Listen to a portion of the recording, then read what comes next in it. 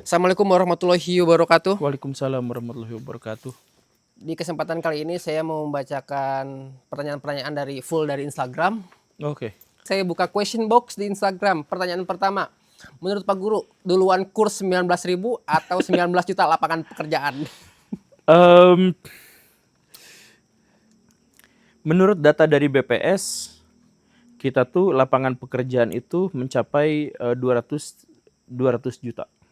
Apanya lapangan pekerjaan yang tersedia? Iya. Keseluruhan warga Indonesia dong berarti kalau gitu Iya, ceritanya. maksudnya kan data BPS itu menyebut warga negara Indonesia yang nganggur itu hanya 4,6% kan.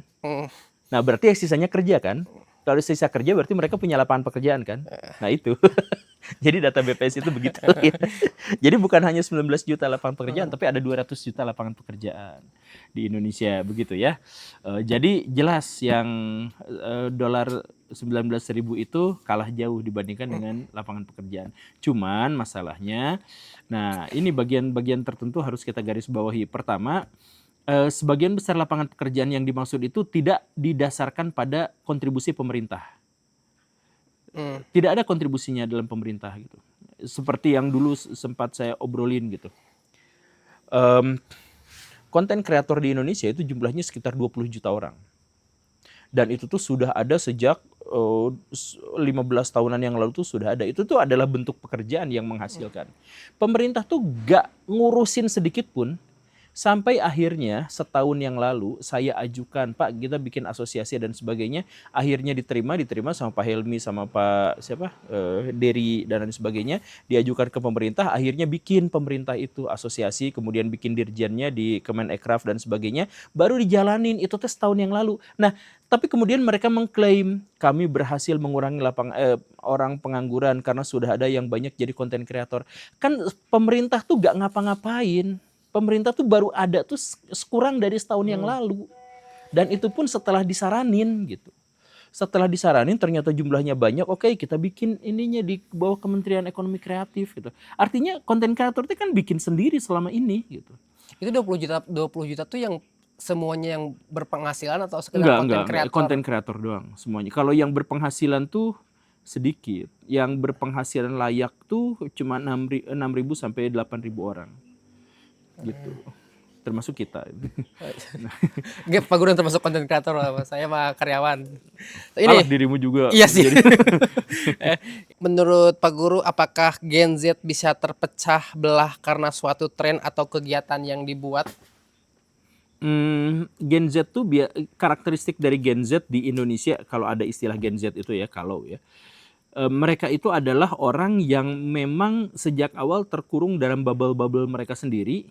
Sampai saking mereka terkurung pada bubble-nya, mereka tuh nggak ngerti bubble lain. Dan karena itu mereka tuh susah untuk konflik sebenarnya. Karena itu mereka susah diadu domba. Jadi orang-orang yang senang sama waifu misalkan, punya waifu masing-masing misalkan. Oh, dia tuh punya waifu. Oh gitu ya. Nah, dia tuh nggak bisa diadu domba sama pemain bola gitu.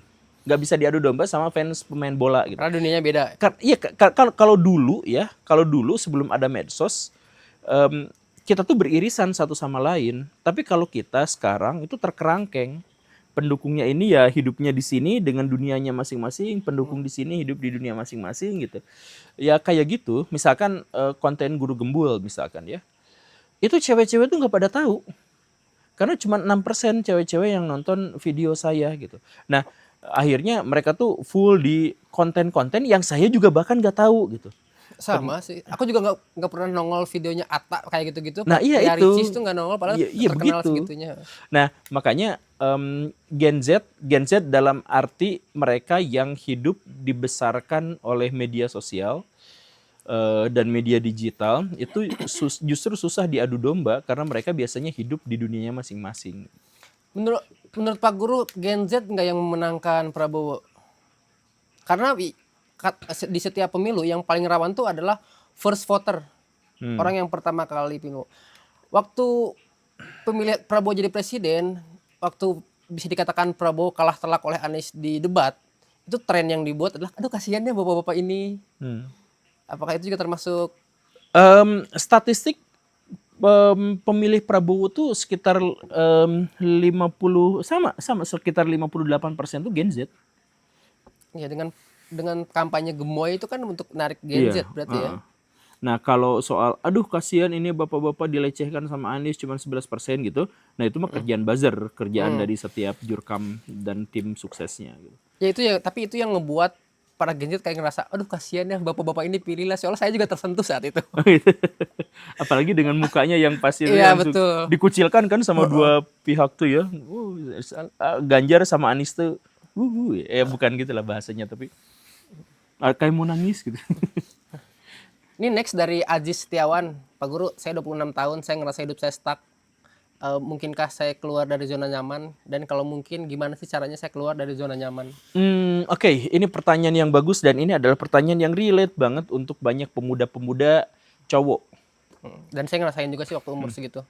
Pemuda cowok itu hampir selalu pernah merasa stuck di usia antara 22 sampai 32 tahun. Betul, statement quarter life crisis tuh Ya, nyata ya? iya betul nyata. Nah, jadi apa saran saya? Saran saya itu adalah pertama, berani mencoba, silahkan keluar ke zona nyaman. Tapi kalau terlalu beresiko, terlalu takut, maka komitmenlah pada hobi. Komitmenlah pada Hobi. Jadi salah satu cara untuk bisa mengatasi stuck itu adalah memang ya yang paling disarankan itu adalah keluar dari zona nyaman. Tetapi kalau misalkan itu terlalu berat, latihannya itu dimulai dari komitmenlah pada hobi. Dan hobi itulah yang harus kita jadikan atau hobi kita harus dimonetisasi. Jadi ya kayak kita sekarang gitu. Hobi ngoleksi Hot Wheel. Nah, jangan berhenti di situ. Tapi gimana caranya supaya hobi itu tuh menghasilkan uang. Hobi kita tuh mancing. Nah, jangan berhenti di situ. Tapi pikirkan bagaimana caranya memonetisasi hobi kita itu. Hobi kita tuh misalkan bikin seni. Nah, gimana caranya supaya seni itu dilihat orang. Dan seterusnya. Jadi ini cara yang paling praktis. Karena apa? Karena pekerjaan yang paling baik atau pekerjaan yang paling menjanjikan itu adalah pekerjaan di mana kita tuh konsisten di situ kan. Dan untuk konsisten itu bukan harus.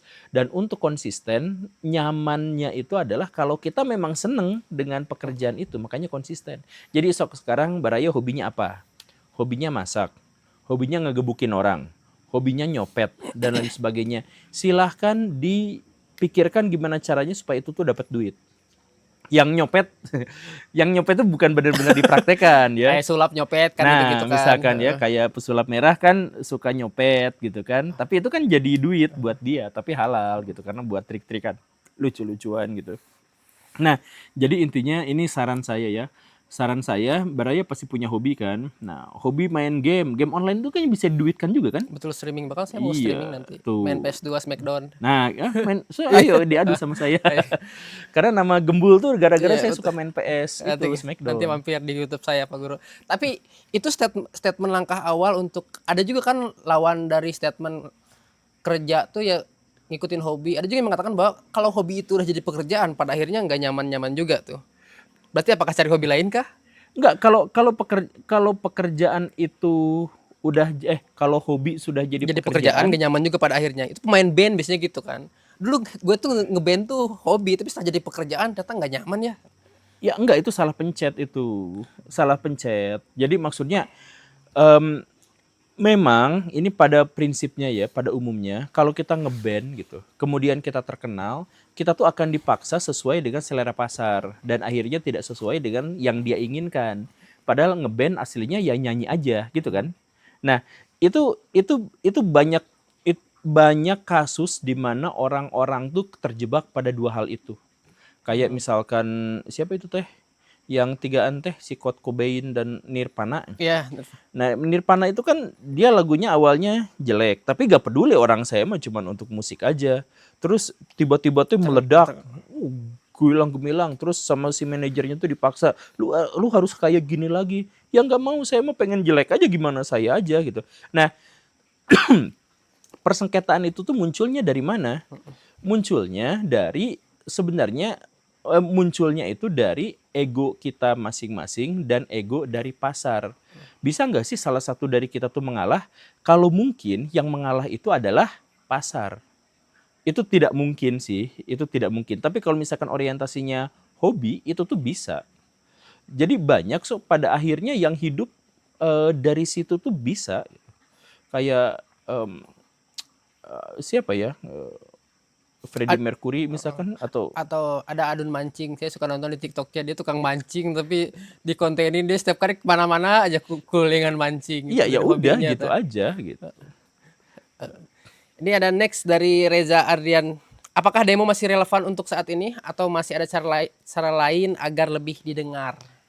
Cara lain agar didengar lebih banyak, lebih variasi, lebih beragam. Tapi demo juga masih dibutuhkan.